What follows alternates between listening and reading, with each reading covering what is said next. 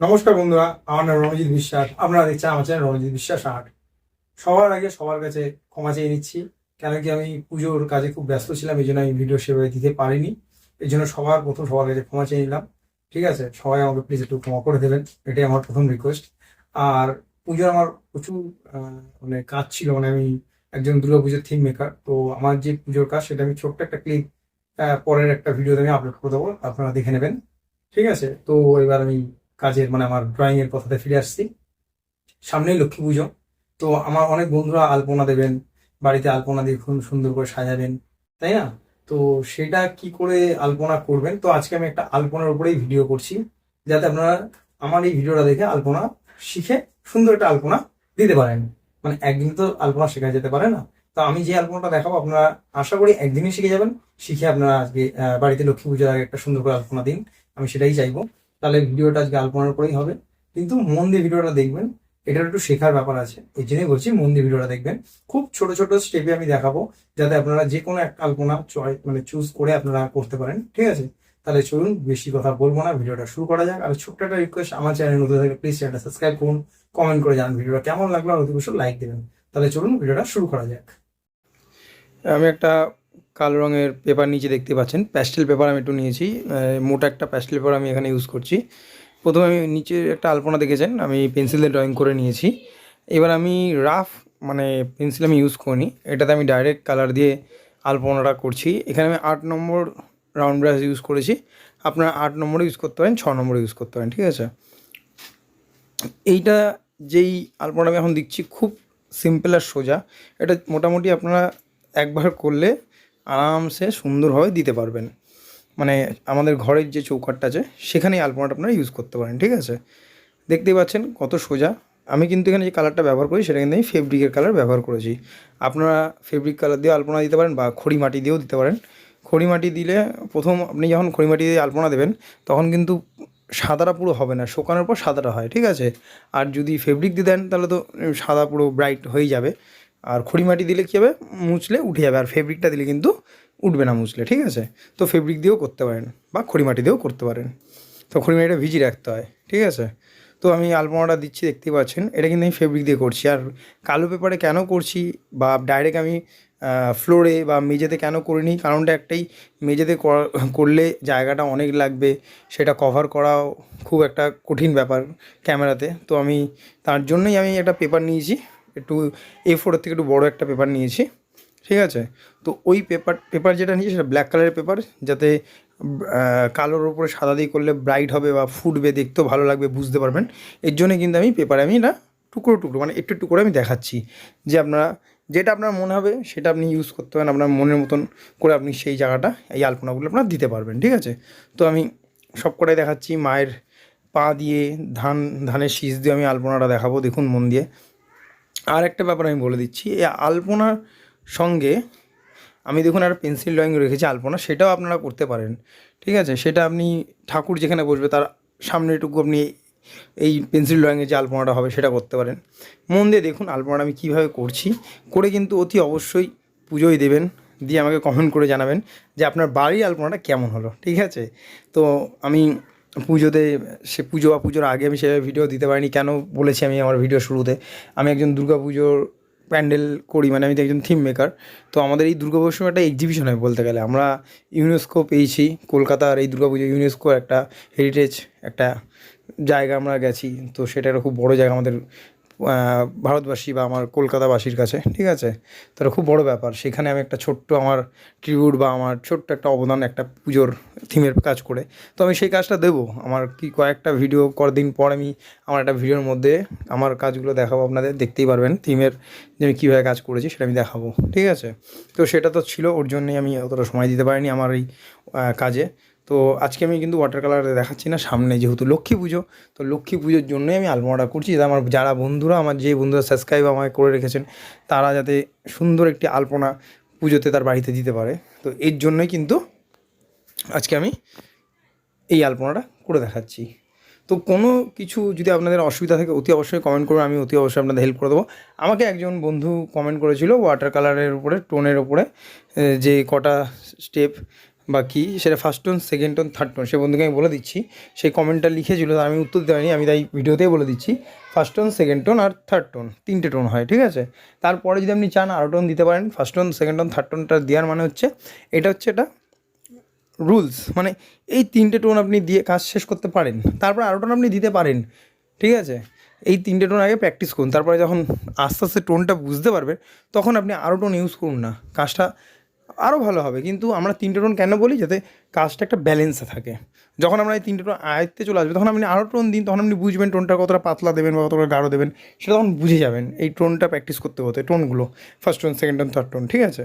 তো ওর জন্যই করা। তো আজকে কিন্তু ওয়াটার কালার আমি করছি না, আজকে আমি এরা ব্ল্যাক পেপারের উপরে ফেব্রিক কালার দিয়ে একটা আলপনা করছি। সেটা কিন্তু লক্ষ্মী পুজোর স্পেশাল, মানে লক্ষ্মী পুজোর জন্যই। তো এরপরে যে ভিডিওগুলো আসবে সেগুলো আবার ওয়াটার কালারেই ফিরে আসবো আমি আবার।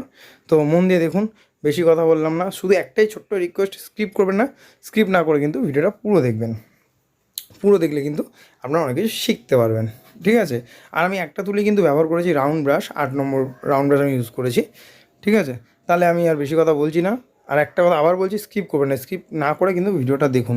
আর কোনো জায়গায় অসুবিধা থাকলে অতি অবশ্যই কমেন্ট করে জানাবেন, তাহলে ভিডিওটা মন দিয়ে দেখতে থাকুন।